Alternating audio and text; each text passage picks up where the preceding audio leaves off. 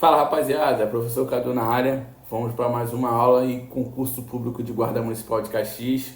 Concurso top, concurso com bastante vagas. Dá o gás, estuda. Apesar de ter saído do edital, ainda dá tempo, tá bom? O TAF vai chamar muita gente, muita gente. Então, além de se preparar intelectualmente, né? Se preparar fisicamente, que é sempre importante.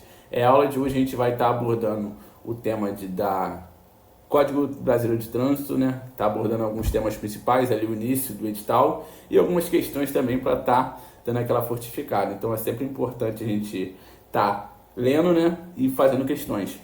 A melhor forma de a gente estudar sempre vai ser essa, leitura, questões e correção de questões, né? A gente vai estar fazendo algumas leituras aqui, algumas questões também e tentando corrigir da forma possível. Então vamos lá.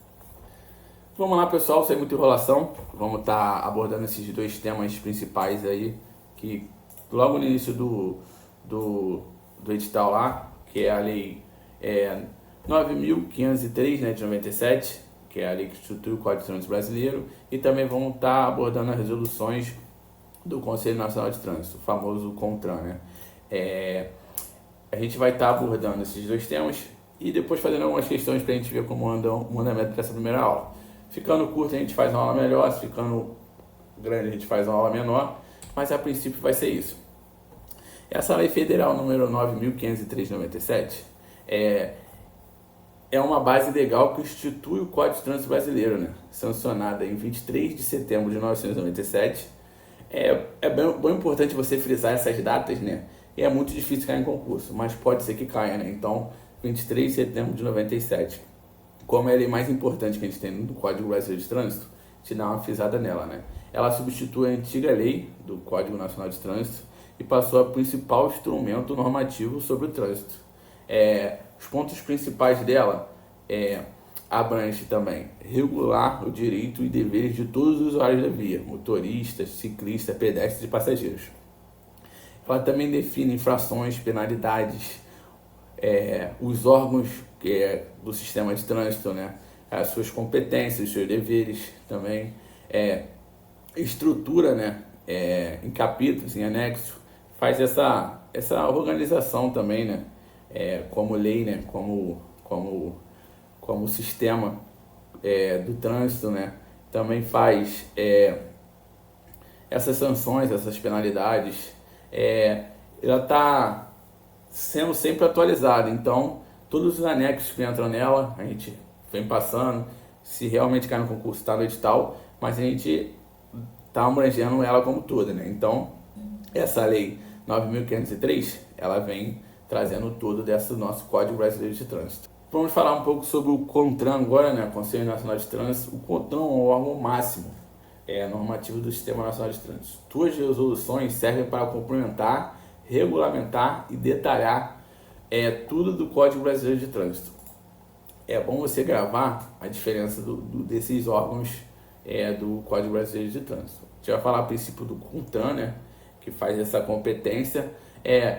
Suas resoluções, né, ele cria resoluções que servem para complementar, regulamentar e detalhar o que está previsto no Código Brasileiro de Trânsito, né, o CTB.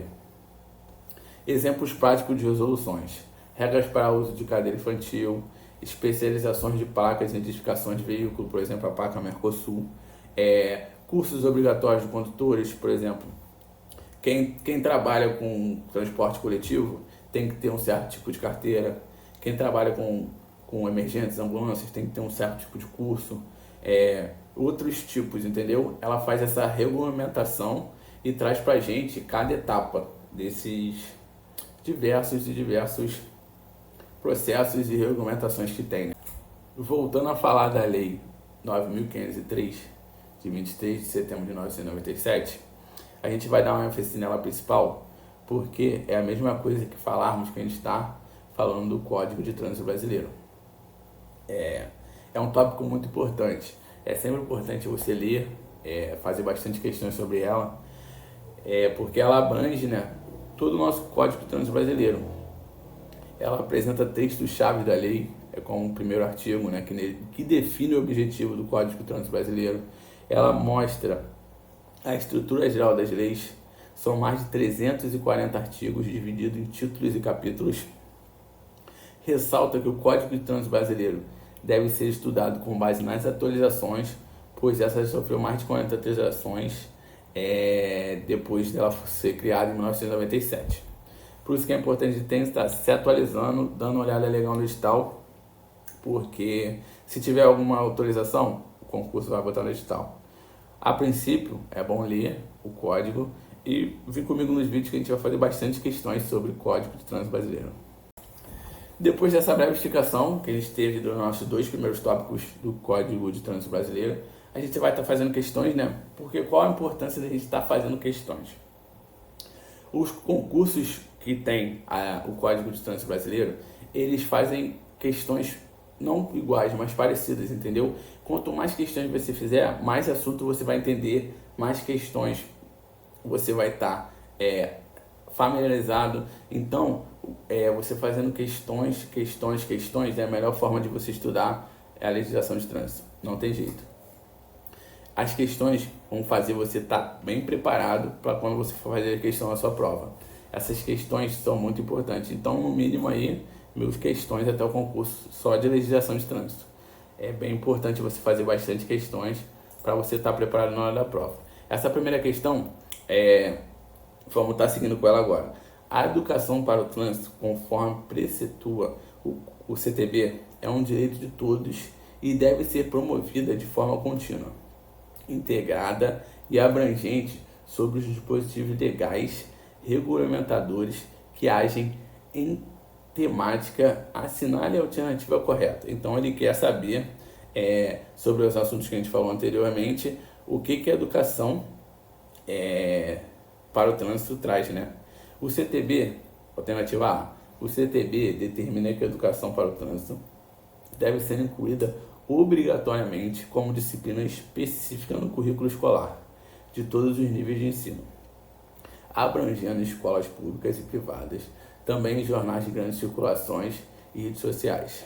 E aí, você acha que no Código de Trânsito Brasileiro eles querem incluir obrigatoriamente no currículo escolar, ou seja, no ensino médio, ensino fundamental? Vamos para a alternativa B. As campanhas educativas de trânsito promovidas pelos órgãos e entidades do CNT devem ser realizadas preferencialmente durante o Maio Amarelo, que é o período oficial da conscientização. Letra C. A educação para o trânsito abrange ações permanentes e diversificadas, como campanhas, palestras, cursos e atividades práticas, indo além de iniciativas publicitárias ou pontuais. Letra D. Empresas de transporte coletivos são incentivadas, mas não obrigadas, a oferecer programas de captação voltados à educação para o trânsito, aplicáveis apenas aos motoristas e aos seus veículos. Essa alternativa D, a gente já vê que esse não são obrigadas já é algo que deixa a gente com uma orelha em pé, né? Que calma, não pode ser. Essa letra A também traz pra gente algo que não é obrigatório, né? Que é a inclusão do Código de Trânsito Brasileiro no currículo escolar, nas escolas. Então, a gente fica em dúvida entre a B e a C. Vou dar um minutinho para vocês, pausa o vídeo, marca a alternativa e volta. O importante de fazer questões é sempre isso. Você ler, ou então você mesmo acompanhar o professor lendo com você, depois você tentar fazer sozinho. Depois você despausa e você volta, que aí você vai ter a resposta à correção. Então, voltando, então a gente ficou entre a B e a C, a gente vai estar lendo a B, né? As campanhas educativas de trânsito promovidas pelos órgãos e entidades do CNT devem ser realizadas preferencialmente durante o Maio Amarelo, que é o período oficial de conscientização? Não, né? Porque elas devem ser feitas durante todo o ano, né? Então essa B também a gente já corta porque está fora do contexto. Letra C. A educação para o trânsito abrange ações permanentes e diversificadas, como campanhas, palestras, cursos, atividades práticas, indo além de iniciativas públicas ou pontuais. Essa seria a nossa alternativa certa, né? Letra C. O CONTRAN, né, que é o órgão responsável por essas atividades, né, elas também fazem outros tipos, como campanhas, palestras, cursos, atividades práticas, sempre para estar conscientizando a população para o Código de Trânsito Brasileiro. Muito interessante essa questão, né? É uma questão um pouco mais difícil, um pouco mais elaborada, mas é uma questão de começo, né? Vão ter as questões melhores para a gente estar passando e estar revisando aqui nessa aula. Questão número 2. Lei Federal número 9.503/97, Código de Trânsito Brasileiro. Assinar a alternativa que exemplifica corretamente uma condição adversa do veículo. Ou seja, uma condição que o veículo não pode ter, né? Uma condição que seja adversa. Letra A, neblina. Letra B, ausência de retrovisores. Letra C, asfalto esburacado na via. Letra D, congestionamento de tráfego. Letra D, embriaguez do condutor. Mais uma vez, pausa o vídeo, tenta responder sozinho. Vamos voltar aqui então para a correção. Se é uma condição adversa do veículo, a gente já pode eliminar a letra A, né? Neblina não é uma condição adversa do veículo. A ausência de retrovisores, a gente pode deixar aqui. Pode ser uma condição adversa do veículo. Asfalto emburacado na via. Isso não é uma condição adversa do veículo, e sim da via. Já pode cortar também. A letra D, congestionamento do tráfego. Seria também uma condição adversa do tráfego, né? E a última, embriaguez do condutor. Isso seria adversa do condutor do veículo, não é o veículo. Então, nessa número 2, a gente ficou com a alternativa B, a ausência de retrovisores. Vamos para número 3, né? Que foi no concurso que teve em 2025 agora, bem recente, né? Lá no Pará. É uma banca do Pará, na verdade, mas a gente vai estar fazendo essa questão. Foi bem recente, eu achei bem interessante. Com base no Código de Trânsito Brasileiro, assinar a alternativa correta que representa a conduta permitida e adequada no trânsito. Vamos lá. Alternativa A.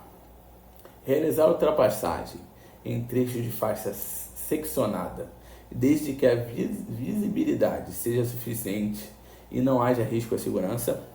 Ou seja, ele quer algo que seja permitido no Código de Trânsito Brasileiro.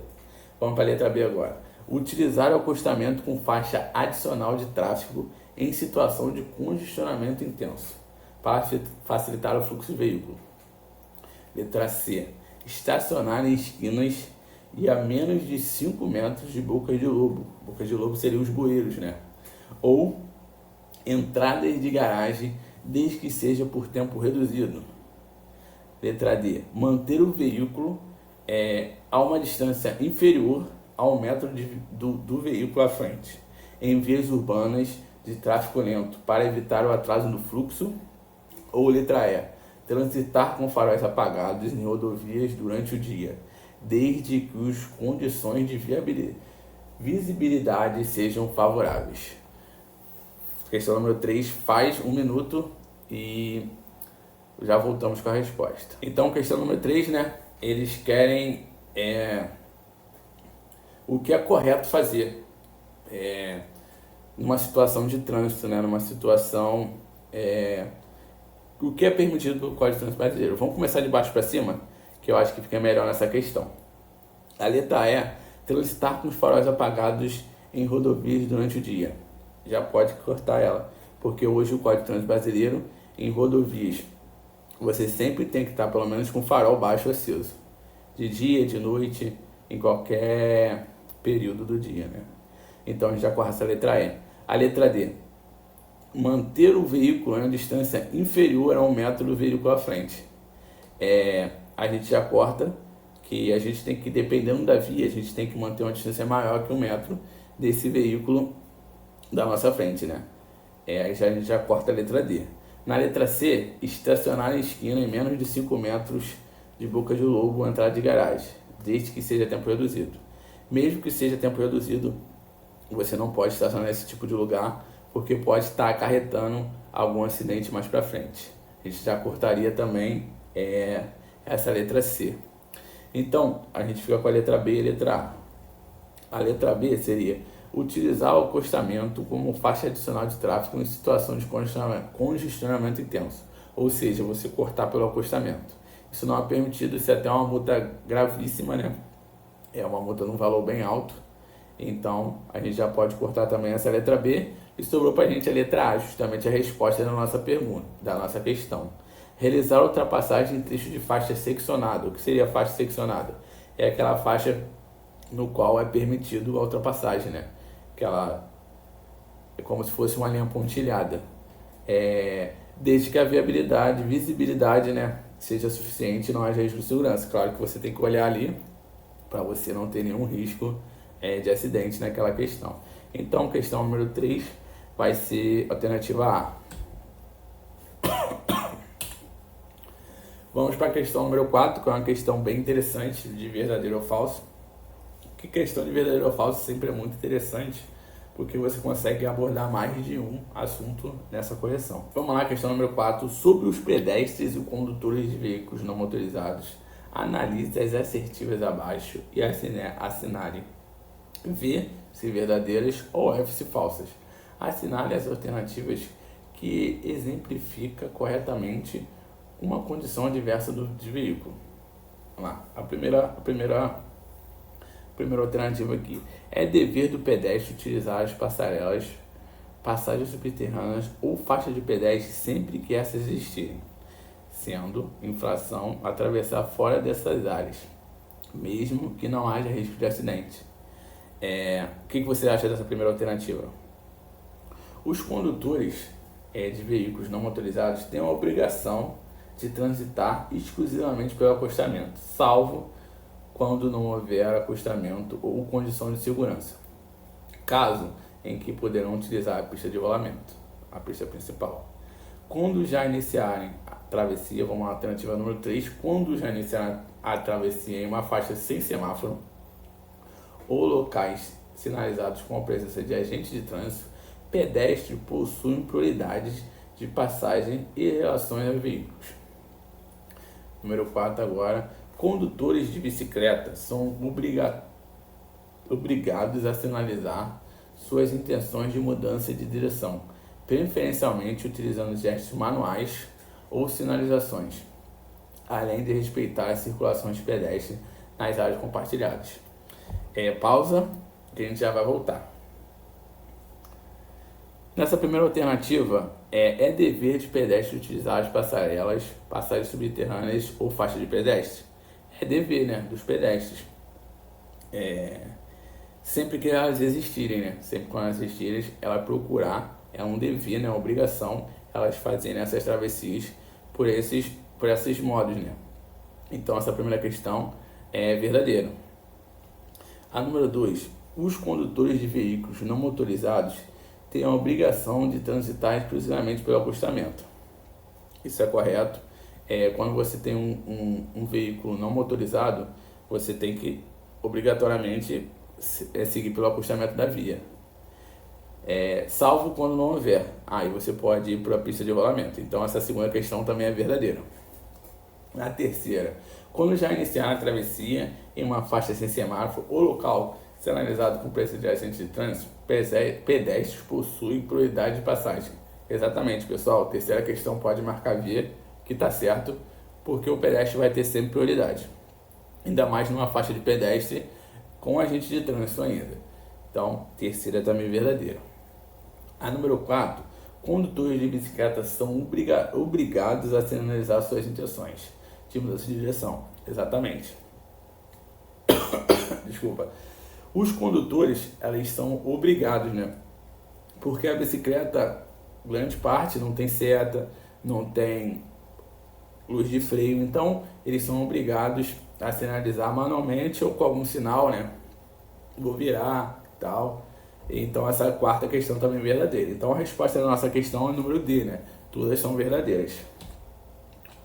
Show? Vamos lá, questão agora número 5, né? Questão de complete lacuna. Sempre tem, bastante concurso tem questão de complete lacuna. Então geralmente é uma questão mais tranquila, mais fácil. Então é uma questão para você não perder tempo, tentar fazer ela o mais rápido possível, com calma, sempre com cuidado. E passar para as próximas, né? Complete a lacuna a seguir, com a medida mais adequada na referente situação. O condutor utilizará em caso de imobilizações ou situações de emergência. Ou então, parada ou alguma situação de emergência. E quando a regulamentação da via assim determinar. O que o condutor precisa usar? Vamos lá, número A, letra A no caso. A luz de neblina, letra B. O pisca-alerta, letra C. Alerta a lanterna de freio, letra D. O triângulo de sinalização, letra E, a buzina. 1 minuto aí para responder. Pausa um vídeo, tenta responder sozinho. Continuando aqui, letra B seria a nossa resposta certa, né? Em caso de imobilização, ou seja, algum problema com o carro, você não pode prosseguir por algum problema. Ou então, situação de emergência, você deve ligar o pisca-alerta, né? Como eu disse, questões de lacuna normalmente são fáceis, são questões para você tentar fazer, matar e seguir para a próxima, não perder tempo. Questão número 6, né? Questão um pouco mais extensa, mas uma questão também muito interessante, que é a questão de enumeração, né? Que você consegue abranger mais de um tema também numa questão. São questões boas para você estudar. De acordo com o Código de Trânsito Brasileiro, assinale os itens abaixo. Dirigir veículo sem possuir carteira nacional de habilitação, permissão para dirigir ou autorização para conduzir ciclomotores é uma infração gravíssima, com penalidade, multa. Número 2. Dirigir veículos com carteira nacional de habilitação ou permitir para dirigir categoria diferente do veículo que esteja conduzido é uma infração grave, com penalidade, multa. Estacionar o veículo afastado da guia da calçada, ou seja, meio-fio, 50 centímetros ao metro. É uma infração leve com penalidade e multa. Qual estão corretas as afirmativas? Letra A, 1, 2, 3. Letra B, 1 e 3 apenas. Letra C, 1 e 2 apenas. Letra D, 1 apenas. Letra E, 3 apenas. 1 minuto para responder. Voltando, analisando a questão, a número 1 a gente vê que ela já está correta. Dirigir veículo sem possuir carteira nacional de habilitação, permissão para dirigir ou autorização do condutor de ciclomotores é uma infração gravíssima. Você dirigir o veículo sem ter a carteira nacional de habilitação é uma infração gravíssima. É correto afirmar isso com penalidade e multa, né? Inclusive multa por o dono do veículo, né? Que está deixando você estar conduzindo o veículo dele sem carteira. Então a número 1 já é certa. Então a gente pode já eliminar só a letra E, né? Que é 3, apenas 3. 3 apenas. A número 2, dirigir veículo com carteira nacional de habilitação ou permissão para dirigir de categoria diferente do veículo que esteja conduzido é uma infração grave, com penalidade e multa. Essa segunda aqui é uma questão que eu falei. A gente precisa ali conseguir entender um pouco mais sobre essa questão de grave, gravíssima, porque essa também é uma infração gravíssima, com penalidade e multa. Então ela está errada justamente por causa disso. A número 3, estacionar o veículo afastado da guia da calçada no meio-fio de 50 centímetros a 1 metro é uma infração leve, com penalidade e multa. Essa terceira questão está correta também, porque é esse estacionamento. Se você estacionar de forma errada, você toma uma multa de forma leve, porque é uma multa que não tem risco à vida, né? Não tem risco a terceiros. Então, a gente elimina a 1 e 3 correta, então a nossa alternativa certa é a letra B, 1 e 3 apenas. Show de bola! Essa foi a nossa primeira aula, espero que tenham gostado. É o começo, a gente está saindo do presencial e indo para o online. A gente ainda está se adaptando, tentando mexer um pouco com o concurso, mas aí fica minhas redes sociais. Professor Cadumelo, 95, meu Instagram. É o e-mail, para caso queira contato, e também o WhatsApp, tá? 21 96668 2241. Mensagem a qualquer hora, sem problemas.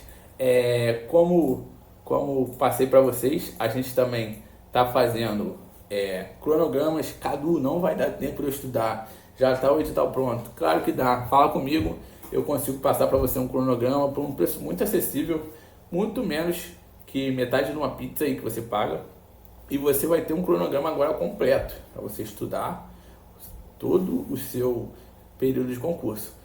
Lembrando que é um concurso importante, bastante vagas, bastante gente vai ser chamado para o TAF, tá bom? Então vale a pena você se dar o gás, prestar atenção nesse momento final, correr. Cadu, eu trabalho, fala comigo, a gente faz esse cronograma, te monta específico para você que trabalha. Eu preciso de você 2 horas por dia, 40 minutos a 1 hora de leitura e o restante tudo de questão. Vai na minha que você vai passar nesse concurso. Para mais informações, se chamar no WhatsApp, vou deixar novamente o número aqui. A gente consegue estar ajudando também. Cadu, gostei da aula. Cadu, não gostei de certa coisa. Bota um comentário embaixo aí. Cadu, precisa melhorar nisso. Cadu, preciso desse assunto. A gente vai tentar abordar uns assuntos mais específicos também, de outros concursos. E é isso. Muito obrigado. E uma boa noite para quem está de noite. Bom dia, boa tarde para quem está de dia ou de tarde.